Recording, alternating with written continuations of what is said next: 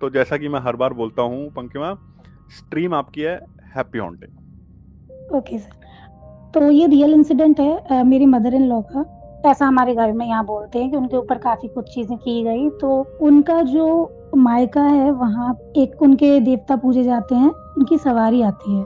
जो देवता उनके जिनकी सवारी आती है वो उनके परिवार में से किसी एक को चुनते हैं, और जिस पर सवारी आती है उसको घोलना बोला जाता है।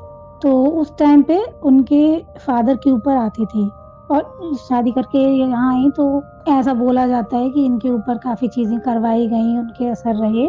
तो एक बार इनकी तबीयत काफी खराब हुई, जैसे हम लोग बोलते हैं ना कि पजेशन, उस टाइप का। बट वैसा नहीं जैसा हम मूवीज में देखते हैं, बट ये बोलती थी चीजें, उनके हाव भाव बदल जाते थे और ये उस टाइप से बोलने लगती थी।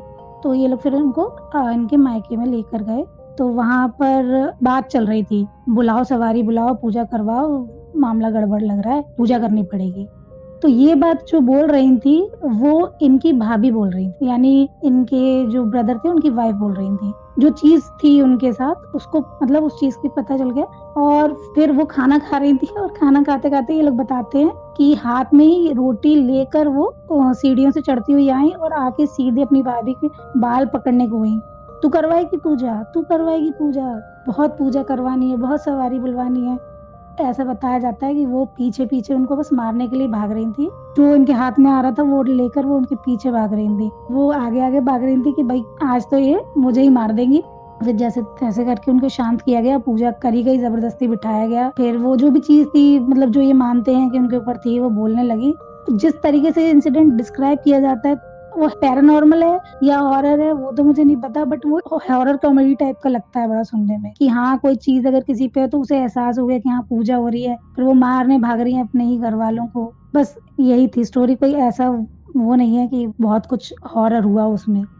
है तो इंटरेस्टिंग ये, क्योंकि ऑनेस्टली बताऊं, ये ना मैंने होते हुए देखा है अपनी आंखों के सामने। किसी के ऊपर भूत आना ना कोई बहुत बड़ी बात नहीं होती थी जहां से मैं हूं। तो अक्सर होता था, मैं स्कूल से आया हूँ, खाना खा के मैं, हमारे घर पे बाहर छत होती थी, मतलब खुला एरिया होता था, हम उसमें बैठते थे। तो खाना खा के मैं होमवर्क करने बैठा हूँ और वहाँ पड़ोस की या तो उस छत पे या उस छत पे कोई चढ़ा हुआ है, चढ़ी हुई है, क्योंकि उस पर भूत आया हुआ है।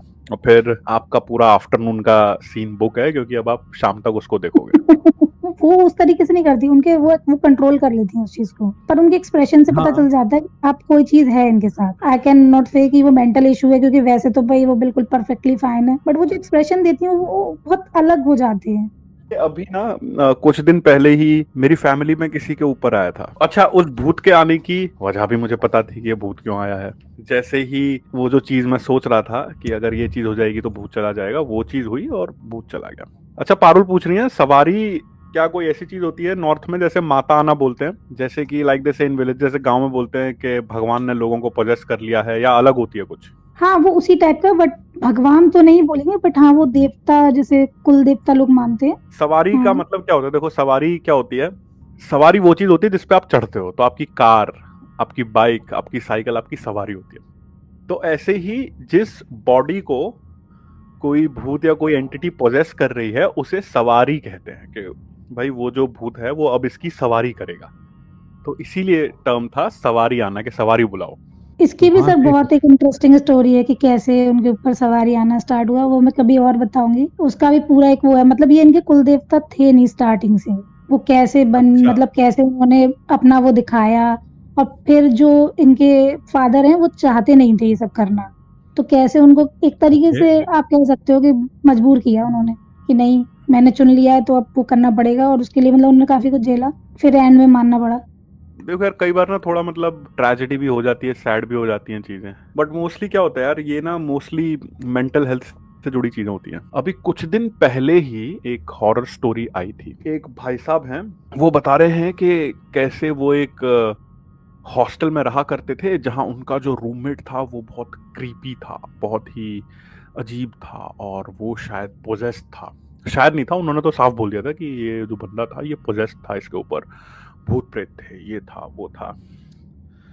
तो मैं वो किस्सा सुन रहा हूँ, और बहुत ही पॉपुलर यूट्यूबर ने ये किया है, कि होता है ना कि जैसे इस स्ट्रीम पे लोग आके सुना रहे हैं किस्सा, ऐसी वो उन पॉपुलर यूट्यूबर की स्ट्रीम पे वो जनाब आए हुए थे, और वो अपने इस पोजेस्ड रूममेट का किस्सा सुना रहे थे। तो चीजें कुछ इस तरह आगे बढ़ी कि मैं जैसे जैसे सुन रहा हूँ, वैसे वैसे ही मुझे समझ आ रहा है कि ये कोई पोजेस्ड इंसान नहीं है, ये एक स्पेशल नीड्स वाला इंसान है। स्पेशल नीड्स यानी ऑटिज्म, डाउन सिंड्रोम या कोई और न्यूरोलॉजिकल डिसऑर्डर, जिसे आजकल डिसऑर्डर नहीं बोलते, कंडीशन बोलते। खुद का मेरा बेटा ऑटिस्टिक है, तो मैं अपने बेटे के साथ तो रहता ही हूँ, साथ में मुझे और भी ऑटिस्टिक लोगों के साथ रहने का चांस मिलता है, उन्हें देखने समझने का चांस मिलता है, वक्त बिताने का मौका मिलता है। तो ऐसे में मैं देखता हूँ कि कुछ खास चीज़ें, कुछ खास हरकतें, कुछ खास आदतें होती हैं जो कि जिन्हें हम न्यूरोटिपिकल बोलते हैं। टिपिकल यानी आम, तो न्यूरोटिपिकल यानी जिनका दिमाग आम माना जाता है कि ये तो भाई आम है, सबके पास होता है। तो हम न्यूरोटिपिकल लोग ना ये चीजें नहीं समझ पाते हैं, और इन लोगों को कहते हैं डाइवर्जेंट यानी अलग अलग तरह के। और उसमें वो सारी निशानियां बता रहा है अपने रूममेट की। वो एक न्यूरो डाइवर्जेंट इंसान की पूरा डिस्क्राइब कर रहा है उसे, और उसे पता नहीं है कि ये न्यूरो डाइवर्जेंट इंसान है। उसने क्या किया, उसने उसे टैग कर दिया भूतिया, पोजेस्ड, कि जी उसके ऊपर तो जिन थे और ये थे और वो थे। वो तो सर्दी में भी बाहर जाके बैठ जाता था कम कपड़ों में, और जब देखो वो ना एक पिंक हुडी पहने रहता था, और कोई कपड़े और कोई रंग मैंने देखा ही नहीं। भाई उसे पसंद होगा पिंक कलर। न्यूरो डाइवर्जेंट लोगों को नहीं लगती है ठंड। मेरा बेटा अच्छी खासी सर्दी में टी शर्ट और कच्छे में घूमता है, नहीं लगती उसको ठंड। आप उसे कपड़े पहना तो रात को नींद नहीं आती है उसे, क्यों? उसे गर्मी लग रही होती है। टी शर्ट और कच्छे में रख के उसे बिस्तर पे लेटाना पड़ता है कि चल तू सो जा। भैया कुछ लोग इंट्रोवर्ट को भी पजेस कर ले। हाँ बिल्कुल भाई, उसकी एक दिक्कत यही थी कि ये किसी से ज्यादा बात नहीं करता है।